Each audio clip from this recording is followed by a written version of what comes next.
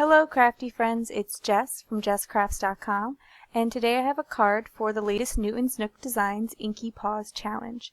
The challenge this time is to create a summer card.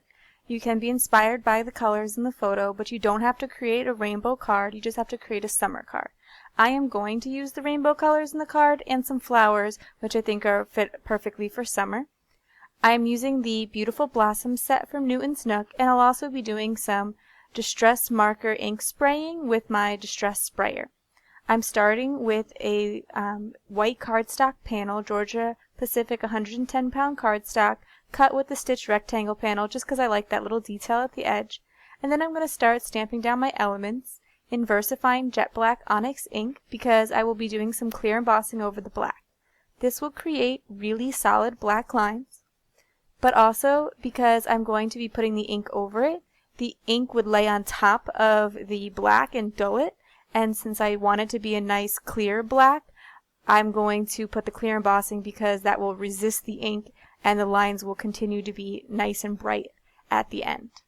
As I stamp the flowers on, I chose to use the 3 smallest flowers from the stamp set because I wanted to make sure that I could have at least 1 flower for each color of the rainbow, and possibly more than 1.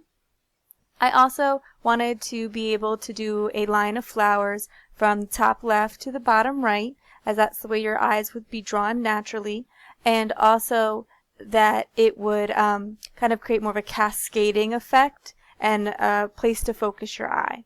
So when I place the flowers, I'm making sure not to put 2 flowers of the same type right next to each other or in a line, just for some interest and variation. And I'm also making sure that I'll have about an even number of flowers. So since there's going to be 6 colors in the rainbow, I'll either want about 6 flowers or about 12 flowers. And so I wind up with 11 flowers, which will work out fine. I am going to heat this up with my heat gun, and as always, I let it get hot for about 30 seconds before I bring it to the paper, just so there's a little bit less warping, and I also heat the back to prevent that warping. Now my panel's all ready for some color. I first got this Distress Ink tool when it first came out, or when Tim Holtz came out with it. It's been available in the stamp market before, but he kind of popularized this spray tool, and it's like an airbrush sort of effect, but you pump it. And so you place the marker, you have to take the cap off first, and you place the marker through the tube, you tighten the screw so that your marker won't fall out or shift, and you want the marker point to be lined up with the hole in the air gun, as that's where the the color will push out from. So wherever the hole in the tool is pointing is where the ink is going to spray. It's not going to spray where the marker is pointing. So that's pretty key as you think about where to place this. I am going to speed this up in a little bit because it's a little bit hard for you to even see what I'm doing, as I have to place the whole tool right over the spot that I'm spraying. But some tips for using this: you can definitely experience some fatigue because you're going to definitely be pumping a lot to get this color out. So it might not be the best tool for somebody with like arthritis or something like that, and maybe a traditional airbrush would be more effective. But I am making sure that I am filling the whole area, and I'm obviously not going to stay in the lines because it's being pushed by the air. So you're definitely creating a really sort of messy look with this. Also, I am holding both parts of the tool because I found that if I only hold the pump part, I can't control the direction of the color as much, and I prefer to have a little bit more control. You do not need distress markers to use this. Any marker that will fit in the barrel will work. So if you have the Copic Chows, they're a little bit smaller, they might fit in the barrel, you could use those. You can actually just even use Crayola markers, so you don't have to have anything fancy. Any marker that you have on hand that fits through that hole will do just fine. I've experimented with the Crayolas myself, but I have the distress markers right here on my desk, so I use those. The distress marker colors I'm using, in case you're wondering, are Barn Door, Spiced Marmalade, Squeezed Lemonade, although that might be Mustard Seed, I'm sorry, Mowed Lawn, Salty Ocean, and Seedless Preserves. As I mentioned, I'm doing about 2 flowers in each color, except for the purple because I had that uneven number of flowers down there. But I think it works out because that purple one is pretty bold. So there's about even amount of each color.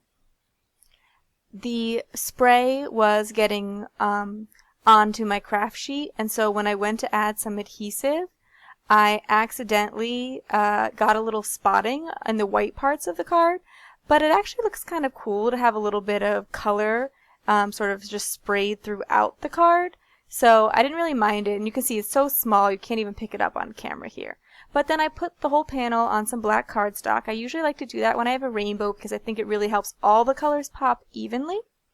And then I decided to add some gems to the center of the flowers. I am doing this partly because I want to use up an old supply. I did this before when I did some rainbow stamping with the beautiful Blizzard stamp set. It's a very similar card in some ways, but I colored with ink instead of coloring with the Distress sprayer. So, but similar in terms of the design. And so I just find coordinating gems in my big collection of them. I found them on sale for like 10 cents one time, and I obviously bought way too many because here I am years and years later still trying to use them up. But this card got to use like 10 of them, so pretty good. Maybe I'll have to make a couple of these with some different sentiments just to get through that stash a little bit. Once I have those gems on, that's it for my card today. If you like this video, please give it a thumbs up. I'll leave you some links to the products in the video description below and the New and Snook blog where you can check out this challenge. If you are interested in more crafting videos using Distress Inks, New and Snook stamps, etc., please subscribe to my channel if you haven't already. Thanks for watching. Bye.